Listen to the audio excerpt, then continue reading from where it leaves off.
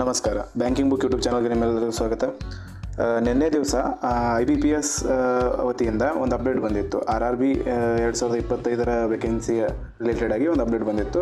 ಎಲ್ಲ RRB clerk ಮತ್ತು RRB PO ಹಾಗೂ ಸ್ಕೇಲ್ 2 ಸ್ಕೇಲ್ 3 ಆಫೀಸರ್ ಎಲ್ಲರಿಗೂ ಸಂಬಂಧಪಟ್ಟಂತೆ ಒಂದು ಅಪ್ಡೇಟ್ ಇತ್ತು. ಅದರಲ್ಲಿ ಏನಿತ್ತು ಅಂತಂದರೆ, ಅಪ್ಲಿಕೇಶನ್ ಹಾಕಿರ್ತೀರಲ್ಲ ನೀವು, ಹಾಕ್ತಿರ್ಬೇಕಾದ್ರೆ ಅವಾಗ ಏನಾರು ಮಿಸ್ಟೇಕ್ ಮಾಡಿರ್ತಾರಲ್ಲ, ಆ ಮಿಸ್ಟೇಕ್ ಇದು ಮಾಡೋಕ್ಕೋಸ್ಕರ, ಕರೆಕ್ಷನ್ ಮಾಡೋಕ್ಕೋಸ್ಕರ ಒಂದು ಲಿಂಕ್ ಬಿಟ್ಟಿದ್ರು ಅವರು.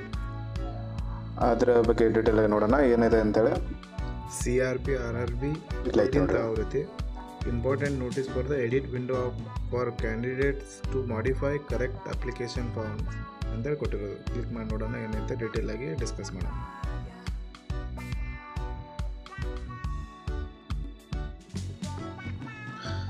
ಓಕೆ, ಏನೇನು ಚೇಂಜ್ ಮಾಡ್ಬೋದು, ಇದು ನೋಟಿಸಲ್ಲಿ ಏನೇನಿದೆ ಅಂತ ಚೆಕ್ ಮಾಡೋಣ. ಯಾರ್ಯಾರು ಚೇಂಜ್ ಮಾಡ್ಬೋದು?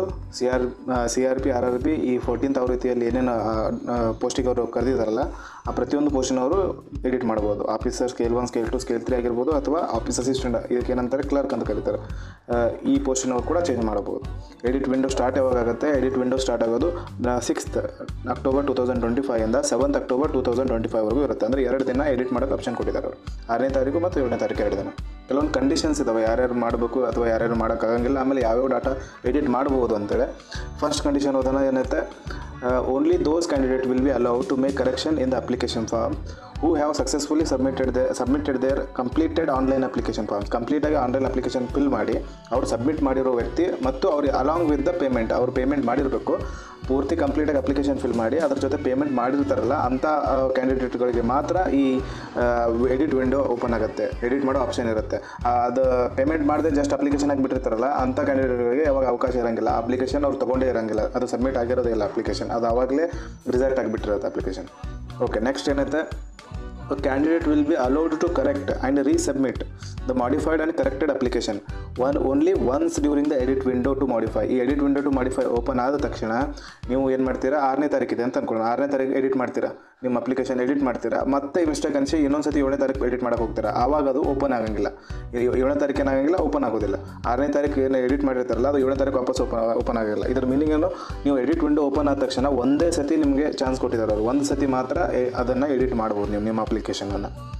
ಓಕೆ, ನೆಕ್ಸ್ಟ್ ಥರ್ಡ್ ಪಾಯಿಂಟ್ ಏನಿದೆ, ಥರ್ಡ್ ಪಾಯಿಂಟಲ್ಲಿ ಏನಿದೆ, ಯಾವ್ಯಾವ ಡಾಟಾವನ್ನು ಎಡಿಟ್ ಮಾಡೋಕ್ಕಾಗೋದಿಲ್ಲ ಅಂತೇಳಿ ಕೊಟ್ಟಿರೋದು.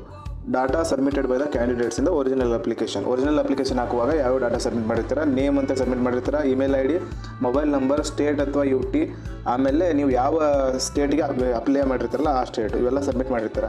ಅದರ ಜೊತೆಗೆ ನಿಮ್ಮ ಕರೆಸ್ಪಾಂಡೆನ್ಸ್ ಅಡ್ರೆಸ್ ಮತ್ತು ಪರ್ಮನೆಂಟ್ ಅಡ್ರೆಸ್ ಕೂಡ ಸಬ್ಮಿಟ್ ಮಾಡಿರ್ತೀರ. ಆಮೇಲೆ ಪೋಸ್ಟ್ ಯಾವ ಪೋಸ್ಟಿಗೆ ಅಪ್ಲೈ ಮಾಡ್ತಿದ್ದಾರಲ್ಲ ಅದು ಕೂಡ ಸಬ್ಮಿಟ್ ಮಾಡಿರ್ತೀರ. ನ್ಯಾಷನಾಲಿಟಿ, ಈ ಎಲ್ಲ ಡಾಟಾಗಳು, ಒಂದು ನೇಮ್, 2ನೇದು ಇಮೇಲ್ ID, 3ನೇದು ಮೊಬೈಲ್ ನಂಬರು, ಆಮೇಲೆ ಯಾವ ಸ್ಟೇಟಿಗೆ ಅಪ್ಲೈ ಮಾಡಿರ್ತೀರ ಅದೊಂದು, ಕರೆಸ್ಪಾಂಡಿಂಗ್ ಅಡ್ರೆಸ್, ಆಮೇಲೆ ಪರ್ಮನೆಂಟ್ ಅಡ್ರೆಸ್, ಪೋಸ್ಟ್, ಆಮೇಲೆ ನ್ಯಾಷನಾಲಿಟಿ, ಈ 8 ಡಾಟಾಗಳನ್ನು ಬಿಟ್ಟು ಬೇರೆ ಎಲ್ಲ ಎಡಿಟ್ ಮಾಡ್ಬೋದು ನೀವು. ಇವು ಯಾವುದು ಎಡಿಟ್ ಮಾಡೋ ಹಾಗಿಲ್ಲ, ಇವು ಚೇಂಜ್ ಆಗಂಗಿಲ್ಲ. ಇದು ಒಂದು ಸತಿ ಸಬ್ಮಿಟ್ ಆಗಿರೋದು ಪರ್ಮನೆಂಟಾಗಿ ಇದೇ ರೀತಿ ಇರೋದು. ಈ ಡಾಟಾಗಳಲ್ಲಿ ನಿಮ್ದು ಏನಾರು ಮಿಸ್ಟೇಕ್ ಆಗಿದ್ದರೆ, ಇವಾಗ ಯಾವ ಸ್ಟೇಟಿಗೆ ಅಪ್ಲೈ ಮಾಡಿರ್ತೀರ ಮತ್ತು ನ್ಯಾಷನಾಲಿಟಿ, ಪೋಸ್ಟು, ಇವಂತೂ ಫಿಕ್ಸ್ ಆಗಿಬಿಡ್ತವೆ, ಪರ್ಮನೆಂಟ್ ಅಡ್ರೆಸ್, ಇದರಲ್ಲಿ ಏನೂ ಚೇಂಜ್ ಆಗೋಲ್ಲ. ನೇಮಲ್ಲಿ ಸ್ವಲ್ಪ ಏನಾದರೂ ಮಿಸ್ಟೇಕ್ ಇತ್ತು, ಇವಾಗ ಕೆಲವೊಬ್ಬರು ಫಸ್ಟ್ ನೇಮ್ ಲಾಸ್ಟ್ ನೇಮ್ ಹಾಕಿರ್ತಾರೆ, ಮಿಡಲಲ್ಲಿ ಫಾದರ್ ನೇಮ್ ಇರುತ್ತೆ ಆಧಾರ್ ಕಾರ್ಡಲ್ಲಿ, ಬಟ್ 10th ಮಾರ್ಕ್ಸ್ ಕಾರ್ಡ್ ಅಲ್ಲೆಲ್ಲ ಫಾದರ್ ನೇಮ್ ಇರೋಂಗಿಲ್ಲ. ಬೈ ಮಿಸ್ಟೇಕಾಗಿ ಅಪ್ಲಿಕೇಶನಲ್ಲಿ ಏನು ಮಾಡಿರ್ತಾರೆ, ಫಾದರ್ ನೇಮ್ ಇನ್ಕ್ಲೂಡ್ ಮಾಡಿ ಹಾಕಿರ್ತಾರೆ. ಈ ಥರದಿದ್ದವ್ರಿಗೆ ಫೈನಲ್ ಸೆಲೆಕ್ಷನ್ ಆದ ನಂತರ ಒಂದು ಅಫಿಡವಿಟ್ ಬರೆದು ಕೊಡೋದಿರುತ್ತೆ. ಈ ಥರ ಇದ್ದವ್ರಿಗೆ ಏನು ಪ್ರಾಬ್ಲಮ್ ಆಗೋಂಗಿಲ್ಲ. ಇದು ಮುಂದೆ ನೀವು ಕರೆಕ್ಟ್ ಮಾಡ್ಕೋಬೋದು. ಇಮೇಲ್ ID ಕೂಡ ಮುಂದೆ ಕರೆಕ್ಟ್ ಮಾಡ್ಕೋಬೋದು, ಮೊಬೈಲ್ ನಂಬರ್ ಕೂಡ ಮುಂದೆ ಕರೆಕ್ಟ್ ಮಾಡ್ಕೋಬೋದು. ಇವೆಲ್ಲ ಸೆಲೆಕ್ಷನ್ ಆದ ನಂತರ ಕರೆಕ್ಟ್ ಮಾಡ್ಕೊಳ್ಳುವಂಥದ್ದು ಇವೆಲ್ಲ. ಆದರೆ ಈ ಪೋಸ್ಟ್ ಯಾವುದು ಮಿಸ್ಟೇಕಾಗಿ ನೀವು ಸ್ಕೇಲ್ 1 ಇರೋದು ಸ್ಕೇಲ್ 2 ಹಾಕಿರ್ತೀರ, ಸ್ಕೇಲ್ 1 ಆಫೀಸರ್ಗೆ ಅಪ್ಲೈ ಮಾಡ್ಬೇಕು ಅನ್ನೋದಿರುತ್ತೆ, ಬಟ್ ಬೈ ಮಿಸ್ಟೇಕಾಗಿ ಸ್ಕೇಲ್ 2 ಹಾಕಿರ್ತೀರ, ಅಂಥ ಯಾವುದೇ ಅಪ್ಲಿಕೇಶನ್ಗಳು ಚೇಂಜ್ ಆಗಂಗಿಲ್ಲ. ಓಕೆ, ಇವಾಗ ಫೋರ್ತ್ ಪಾಯಿಂಟಲ್ಲಿ ಏನಿದೆ, ಫೋರ್ತ್ ಪಾಯಿಂಟಲ್ಲಿ ಯಾವ ಕ್ಯಾಟಗರಿಗೆ ಚೇಂಜ್ ಮಾಡ್ಬೋದು ಅಂತ ಹೇಳ್ಕೊಟ್ಟಿರೋದು.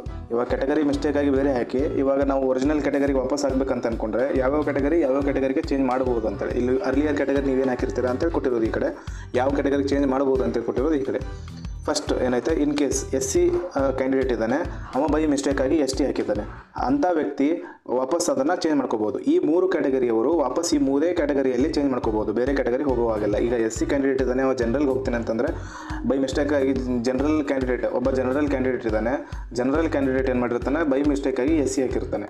ಇವಾಗ ಅವ ಅದಕ್ಕೆ ನಾನು ವಾಪಸ್ ಜನರಲ್ ಮಾಡ್ಕೋತೀನಿ ಅಂತಂದರೆ ಅವನಿಗೆ ಆ ಅವಕಾಶ ಇಲ್ಲ. ಅವನು ಒಂದು ಸತಿ ಮಿಸ್ಟೇಕ್ ಮಾಡಿರೋದು ಅದು ಅಪ್ಲಿಕೇಶನ್ ಅವಾಗ ಹೋಯಿತು, ಇನ್ನು ನೆಕ್ಸ್ಟ್ ಇಯರ್ ಮಾಡಿರಿ ಅಂತ ಹೇಳ್ಕೊಟ್ಟಿರೋದು. ಈಗ ಚೇಂಜ್ ಮಾಡೋದು ಯಾರಿಗೆ ಆಗುತ್ತೆ ಅಂತಂದರೆ ಎಸ್ ಸಿ ಇದ್ದ ವ್ಯಕ್ತಿ ಎಸ್ ಟಿಯಲ್ಲಿ ಚೇಂಜ್ ಮಾಡ್ಕೋಬೋದು, ಪಿ ಡಬ್ಲ್ಯೂ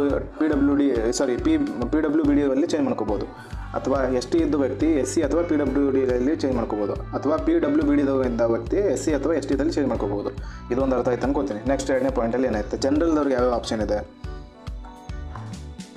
ಇವಾಗ ಆ ಒಬ್ಬ ಸ್ಟೂಡೆಂಟು ಒರಿಜಿನಲ್ ಅಪ್ಲಿಕೇಶನಲ್ಲಿ ಜನರಲ್ ಹಾಕಿದ್ದಾನೆ, ಅವ ಏನದಾನ ಎಸ್ ಟಿ ಅದಾನೆ, ಅಂದರೆ ಅವ ಜನರಲ್ ಇದ್ದವ ವಾಪಸ್ ಎಸ್ ಟಿಗೆ ಹೋಗ್ಬೋದು, ಜನರಲ್ ಇದ್ದವ ವಾಪಸ್ ಇ ಡಬ್ಲ್ಯೂ ಎಸ್ಗೆ ಹೋಗ್ಬೋದು, ಒ ಬಿ ಸಿಗೆ ಹೋಗ್ಬೋದು, S T S C P W D ಯಾವ ಕ್ಯಾಟಗರಿ ಬೇಕಾದರೂ ಹೋಗ್ಬೋದು. ಜನರಲ್ ಅವ ಅಪ್ಲಿಕೇಶನಲ್ಲಿ ಬೈ ಮಿಸ್ಟೇಕಾಗಿ ಜನರಲ್ ಹಾಕಿದ್ದ ಅಂತಂದರೆ ಅವ ಬೇರೆ ಎಲ್ಲ ಕ್ಯಾಟಗರಿಗೆ ಹೋಗ್ಬೋದು. ಬಟ್ ಈ ಕ್ಯಾಟಗರಿಯಲ್ಲಿ ಅಪ್ಲಿಕೇಶನ್ ಫೀಸ್ ಕಡಿಮೆ ಇತ್ತು, ಎಷ್ಟು 150 ಏನಿತ್ತು. ಬಟ್ ಅವ ಜನರಲ್ಲಿದ್ದಾಗ 850 ಸಬ್ಮಿಟ್ ಮಾಡಿದ್ದ. ಈ ಅಮೌಂಟ್ ಏನಾಗುತ್ತೆ ರೀಫಂಡ್ ಆಗೋದಿಲ್ಲ ಅಂತೇಳಿ ಅವ್ರು ಕೊಟ್ಟಿರೋದು. ಇಲ್ಲಿ ಕೆಳಗಡೆ ಒಂದು ಪಾಯಿಂಟಲ್ಲಿ ಚೆಕ್ ಮಾಡೋದೊಂದು ಹೇಳ್ತೀನಿ. ಈ ಅಮೌಂಟ್ ಏನಾಗೋದು ರೀಫಂಡ್ ಆಗಂಗಿಲ್ಲ. ನೆಕ್ಸ್ಟ್ ಇ ಡಬ್ಲ್ಯೂ ಎಸ್ ಇದ್ದ ವ್ಯಕ್ತಿ ಜನರಲ್ ಆಗಿ ಹಾಕ್ಬೋದು. ಅವ ಅಪ್ಲಿಕೇಶನಲ್ಲಿ ಬೈ ಮಿಸ್ಟೇಕ್ ಆಗಿ ಇ ಡಬ್ಲ್ಯೂ ಎಸ್ ಹಾಕಿದ್ದ, ಬಟ್ ಅವ ಜನರಲ್ ಇದ್ದ ಅಂತಂದರೆ ವಾಪಸ್ ಜನರಲ್ಗೆ ಹಾಕ್ಬೋದು. ಅಥವಾ ಅವ ಇ ಡಬ್ಲ್ಯೂ ಎಸ್ ಇದ್ದರೆ ಇದು ಒ ಬಿ ಸಿ ಇದ್ದರೆ ಒ ಬಿ ಸಿ ಆಗ್ಬೋದು, ಎಸ್ ಸಿ ಇದ್ದರೆ ಎಸ್ ಸಿ ಆಗ್ಬೋದು, ಎಸ್ ಟಿ ಇದ್ದರೆ ಎಸ್ ಟಿ ಆಗ್ಬೋದು. ಈ ರೀತಿ ಚೇಂಜ್ ಮಾಡ್ಕೋಬೋದು. ಈ ಕ್ಯಾಟಗರಿ ಇಲ್ಲಿ ಏನು ನಾವು ಈ ಜನರಲ್ ಆಗಿರಲಿ, ಇ ಡಬ್ಲ್ಯೂ ಎಸ್ ಆಗಿರಲಿ, ಒ ಬಿ ಸಿ ಆಗಿರಲಿ, ಈ ಎಲ್ಲ ಜನರು ವಾಪಸ್ general, E W S, O B C, S C, S T ಯಾವುದೇ ಕ್ಯಾಟಗರಿಗೆ ಚೇಂಜ್ ಮಾಡ್ಕೋಬೋದು ಈ 3 ಜನ. ಬಟ್ ಈ 3 ಜನ ವಾಪಸ್ ಇದೇ ಊರಲ್ಲಿ ಚೇಂಜ್ ಮಾಡ್ಕೊಳಕ್ಕಾಗತ್ತೆ. ಬೇರೆ ಜನರಲ್ ಆಗಲಿ, ಇ ಡಬ್ಲ್ಯೂ ಎಸ್ ಆಗಲಿ, ಒ ಬಿ ಸಿ ಆಗಲಿ ಬರೋಕ್ಕಾಗಂಗಿಲ್ಲ. ಓಕೆ, ನೆಕ್ಸ್ಟ್ 5th ಪಾಯಿಂಟ್ ಏನಿದೆ ಅಂತ ನೋಡೋಣ. 5th point, in case of the category ಅದೇ ಹೇಳಿದೆ ನಾನು, ಆಲ್ರೆಡಿ ಪೇಡ್ ಮಾಡಿರ್ತಾರೆ ಅಮೌಂಟ್, ಆ ಅಮೌಂಟ್ ರೀಫಂಡ್ ಆಗಂಗಿಲ್ಲ. ಜನರಲ್ ಅಂತೇಳಿ ಹಾಕಿರ್ತಾರೆ, ಆದರೆ ನೀವು ಇರೋದು ಎಸ್ ಸಿ ಇದ್ದರೆ ಎಸ್ ಸಿಗೆ 150 ಐತೆ ಅಪ್ಲಿಕೇಶನ್ ಫೀಸ್, ನೀವು ಜನರಲ್ ಅಂತ ತುಂಬಿ 850 ಅಮೌಂಟ್ ತುಂಬಿರ್ತಾರೆ, ಆ ಅಮೌಂಟ್ ವಾಪಸ್ ಬರಲ್ಲ ಅಂತೇಳಿ ಕೊಟ್ಟಿರೋದು ಇದು. ನೆಕ್ಸ್ಟ್ 6th ಪಾಯಿಂಟಲ್ಲಿ ಏನಿದೆ, fees applicable for the modification ಮಾಡ್ಬೇಕಂತಂದರೆ ಮಾಡಿಫೈಯಿಂಗ್ ದ ಅಪ್ಲಿಕೇಶನ್ ಅಥವಾ ಕರೆಕ್ಟಿಂಗ್ ದ ಅಪ್ಲಿಕೇಶನ್ಗೆ ಫೀಸ್ ಐತೆ. ಎಷ್ಟು ಎಡಿಟ್ ವಿಂಡೋದಲ್ಲಿ ನೀವು ಎಡಿಟ್ ಮಾಡಿದರೆ 200 ರೂಪೀಸ್ ಅಮೌಂಟ್ ಕಟ್ಟಲೇಬೇಕು. ಇದು ಎಲ್ಲರಿಗೂ ಇನ್ಕ್ಲೂಡಿಂಗ್ ಜಿ ಎಸ್ ಟಿ ಐತೆ, ಎಲ್ಲರಿಗೂ ಸೇಮ್. ಇದು ಎಲ್ಲ ಕ್ಯಾಟಗರಿಯವರಿಗೂ ಸೇಮ್. ಇದರಲ್ಲಿ ಯಾರೇ ಎಸ್ ಸಿದವರು ಎಡಿಟ್ ಮಾಡಿದ್ರು 200 ಕಟ್ಟಬೇಕು, ಜನರಲ್ ಕ್ಯಾಂಡಿಡೇಟ್ ಎಡಿಟ್ ಮಾಡಿದ್ರು ಅವರು 200 ಕಟ್ಟಬೇಕು, ಒ ಬಿ ಸಿ ಕ್ಯಾಂಡಿಡೇಟ್ ಎಡಿಟ್ ಮಾಡಿದ್ರು ಅವರು 200 ಕಟ್ಟಬೇಕು. ಪ್ರತಿಯೊಬ್ಬರಿಗೂ 200 ರೂಪಾಯಿ ಎಡಿಟ್ ಮಾಡೋಕ್ಕೋಸ್ಕರ ಇದು ಅಮೌಂಟ್ ಇರೋದು, ಇದು ಅಮೌಂಟ್ ಕಟ್ಟಲೇಬೇಕು. ನೆಕ್ಸ್ಟ್ 7th ಪಾಯಿಂಟ್ ಏನೈತೆ ನೋಡೋಣ. ಇವಾಗ subject to receipt of application correction fees, only the last modified application will be treated as a valid. ಇವಾಗ ಈಗ ನೀವು ಫಸ್ಟ್ ಒಂದು ಅಪ್ಲಿಕೇಶನ್ ಹಾಕಿರ್ತಾರೆ, ಅದ್ರದ್ದು ಎಡಿಟ್ ಮಾಡಿದಿರ ಅಂತಂದಮೇಲೆ ಲಾಸ್ಟಿಗೆ ಏನು ಎಡಿಟ್ ಮಾಡಿ ಸಬ್ಮಿಟ್ ಮಾಡಿರ್ತಾರಲ್ಲ ಅದೊಂದೇ ವ್ಯಾಲಿಡ್ ಅಂತೇಳಿ ಆ ಫೀಸ್ ತುಂಬಿದ ಮೇಲೆ ಇದು ವ್ಯಾಲಿಡ್ ಅಂತ ಹೇಳ್ತಾರೆ ಅವರು. ನೀವು ಅಮೌಂಟ್ ತುಂಬಲಿಲ್ಲ, ಬರೀ ಎಡಿಟ್ ಮಾಡಿ ಅಮೌಂಟ್ ತುಂಬಿ ಆಗಿಬಿಟ್ರೆ ಅಂತಂದರೆ ಅವರು ವಾಪಸ್ ಫಸ್ಟ್ ಏನು ನೀವು ರಿಜಿಸ್ಟ್ರೇಷನ್ ಮಾಡುವಾಗ ಹಾಕಿರ್ತಾರಲ್ಲ ಅದೇ ಅಪ್ಲಿಕೇಶನ್ ಕನ್ಸಿಡರ್ ಮಾಡ್ತಾರೆ. ಫೀಸ್ ತುಂಬಿದ ನಂತರ ಈ ಅಪ್ಲಿಕೇಶನ್ ಕನ್ಸಿಡರ್ ಮಾಡ್ತಾರೆ. ಅದೇ ಕೊಟ್ಟಿರೋದು 7th ಪಾಯಿಂಟಲ್ಲಿ. 8th ಪಾಯಿಂಟಲ್ಲಿ, in case of multiple application ಹಾಕಿರ್ತಿರಲ್ಲ, in case of multiple application candidates are advised to edit the latest application. ಇದಕ್ಕೊಂದು ಎಕ್ಸಾಂಪಲ್ ಅಂದರೆ, ನೀವು ಇದು ನೋಟಿಫಿಕೇಶನ್ ಬಂದಾಗ ಅಪ್ಲಿಕೇಶನ್ ಸ್ಟಾರ್ಟ್ ಆಗಿತ್ತು, ಆ ಟೈಮಲ್ಲಿ ಫಸ್ಟಿಗೆ ಅಪ್ಲಿಕೇಶನ್ ಹಾಕಿದ್ದೀರಾ, ಆವಾಗ ಏನಾಗಿತ್ತು ಅದರಲ್ಲಿ ಏನೋ ಮಿಸ್ಟೇಕ್ ಮಾಡಿ ಮತ್ತೆ ವಾಪಸ್ 2ನೇ ಸತಿ ಅಪ್ಲಿಕೇಶನ್ ಹಾಕಿರ್ತೀರ. ಆಮೇಲೆ ಈ 2ನೇ ಸತಿ ಹಾಕಿದ ಅಪ್ಲಿಕೇಶನನ್ನು ಸಬ್ಮಿಟ್ ಮಾಡಿರ್ತಾರೆ. ಇವಾಗ ಸಬ್ಮಿಟ್ ಮಾಡಿದ ತಕ್ಷಣ ಈ 2ನೇ ಸತಿ ಅಪ್ಲಿಕೇಶನಲ್ಲಿ ಏನಾದ್ರು ಮಿಸ್ಟೇಕ್ ಇದ್ದರೆ ಇದಕ್ಕಷ್ಟೇ ನೀವು ಚೇಂಜ್ ಮಾಡ್ಬೋದು, ಇದ್ರದಷ್ಟೇ ಫೀಸ್ ಕಟ್ಟಿ ಈ ಎಡಿಟ್ ಆಪ್ಷನ್ ಓಪನ್ ಆದಾಗ ಚೇಂಜ್ ಮಾಡ್ಬೋದು.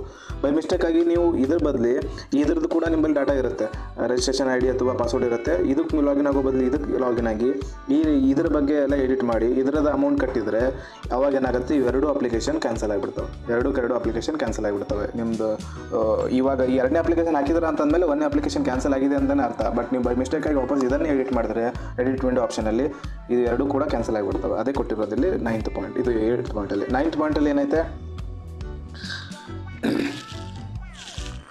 after the expiring of edit window of the candidates to modify ಅಥವಾ correcting the application form, no changes. ಅದೇ ಯಾವುದೇ ರೀತಿ ಚೇಂಜಸ್ ಮಾಡೋ ಹಾಗಿಲ್ಲ. ಒಂದ್ಸತಿ ಚೇಂಜ್ ಆಯಿತು, ಒಂದ್ಸತಿ ನೀವು ಎಡಿಟ್ ವಿಂಡೋ ಓಪನ್ ಮಾಡಿ ಅಲ್ಲಿ ಎಡಿಟ್ ಮಾಡಿರ್ತಾರಲ್ಲ ಅದು ಫೈನಲ್ ಆಗಿ ಸಬ್ಮಿಟ್ ಆಗಿಬಿಡುತ್ತೆ. ಅದಾದ ನಂತರ ಯಾವುದೇ ರೀತಿ ಚೇಂಜಸ್ ಆಗಂಗಿಲ್ಲ. ಇದು ಲಾಸ್ಟ್ ಟೈಮ್ ಒಂದು ಚಾನ್ಸ್ ಕೊಟ್ಟಿದ್ದೀವಿ ಅಂತ ಇದು ಕೊಟ್ಟಿರೋದು ಇವರು 9th. ನೆಕ್ಸ್ಟ್ 10th ಏನಿದೆ, 10th ಬೇರೆ ಎಲ್ಲ ಏನೇನು ಕಂಡೀಷನ್ಸ್ಗಳಿದಾವಲ್ಲ, ಒರಿಜಿನಲ್ ಅಪ್ಲಿಕೇಶನ್ ಬಂದಿತ್ತಲ್ಲ ಆ ಟೈಮದ ಅಪ್ಲಿಕೇಶನಲ್ಲಿ ಏನೇನು ಕಂಡೀಷನ್ ಇದೆ ಅವೆಲ್ಲ ಅಪ್ಲೈ ಆಗ್ತವೆ ಅಂತ ಕೊಟ್ಟಿರೋದು ಅಷ್ಟೇ. ಎಲ್ಲ ನಿಮ್ಗೆ ಅರ್ಥ ಆಗಿತ್ತು ಅಂತ ಅನ್ಕೋತೀನಿ ಪ್ರತಿಯೊಂದು ಪಾಯಿಂಟ್. ಏನೇ ಡೌಟ್ ಇದ್ರೂ ಕಮೆಂಟ್ ಮಾಡಿರಿ, ಕಮೆಂಟಲ್ಲಿ ರಿಪ್ಲೈ ಮಾಡ್ತೀನಿ. All the best. Thank you.